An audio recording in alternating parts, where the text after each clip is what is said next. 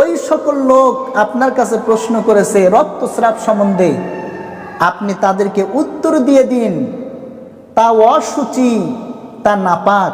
এটা আপনি বলেই রক্তস্রাব অবস্থায় তোমরা স্ত্রী গমন থেকে বিরত থাকবে এবং পবিত্র না হওয়া পর্যন্ত তাদের নিকটবর্তী হবে না।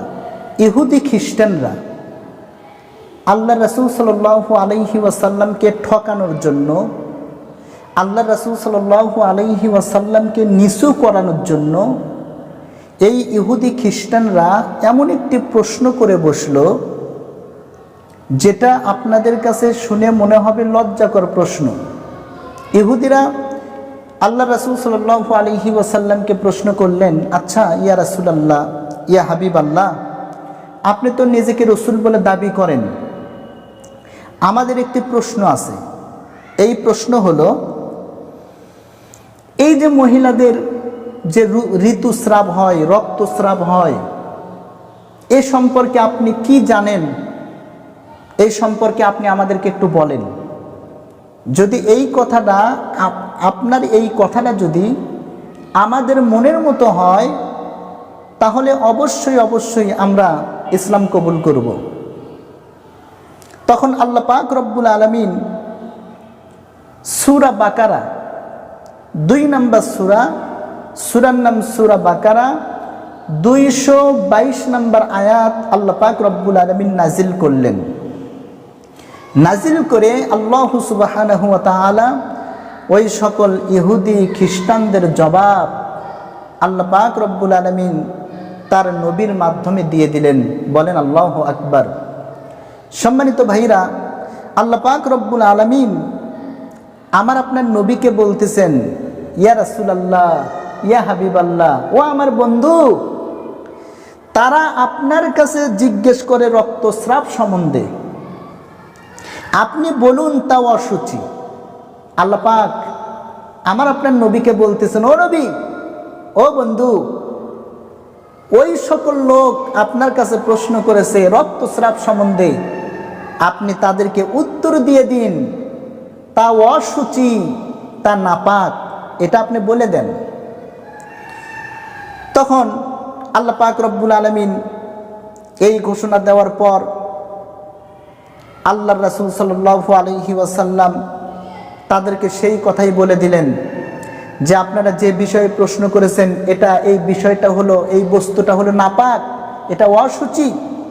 শুধু তাই নয়, কাজেই রক্তস্রাব অবস্থায় তোমরা স্ত্রী গমন থেকে বিরত থাকবে এবং পবিত্র না হওয়া পর্যন্ত তাদের নিকটবর্তী হবে না।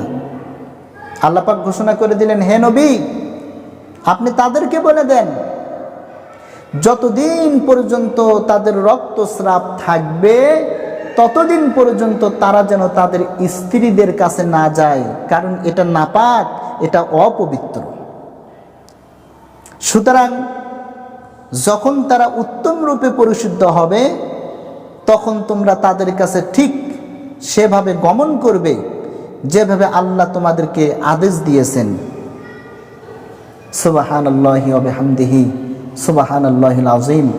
আল্লাহ পাক রব্বুল আলামিন এই কথাটাও বললেন যে যখন তারা পবিত্র হবে তখন তোমরা তাদের কাছে সেইভাবেই গমন করবে যেভাবে আল্লাহ পাক রব্বুল আলামিন তোমাদেরকে নির্দেশ দিয়েছেন, তোমাদেরকে আদেশ দিয়েছেন, সেইভাবেই তোমরা তোমাদের স্ত্রীদের কাছে গমন করবে।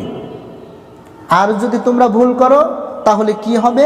আল্লাহ পাক রব্বুল আলামিন বলতেছেন, আল্লাহ তওবাকারীদের ভালোবাসেন এবং যারা পবিত্র থাকে তাদেরকে ভালোবাসেন।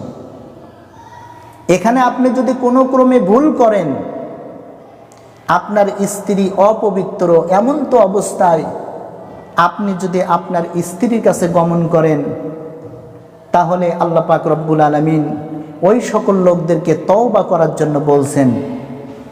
আর আল্লাহ পাক রব্বুল আলামিন দুইটা ব্যক্তিকে বেশি বেশি যিনি তওবা করেন, এই তওবাকারী ব্যক্তি এবং যারা পবিত্র থাকে, এই সমস্ত ব্যক্তিদেরকে আল্লাহ সুবহানাহু ওয়া তাআলা ভালোবাসেন।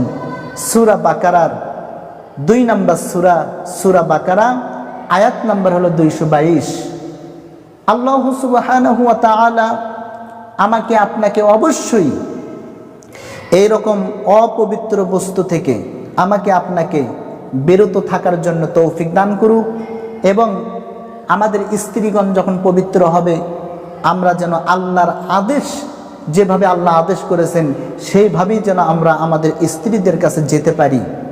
আর আমরা যেন দুইটা গুণ অর্জন করতে পারি। এক নাম্বার, আমরা যে কোনো ভুল করব আমরা যেন আল্লাহ সুবহানাহু ওয়া তাআলার দরবারে তওবা করি। আর দুই নাম্বার গুণ হলো আমরা যেন সব সময় পাক এবং পবিত্র থাকি।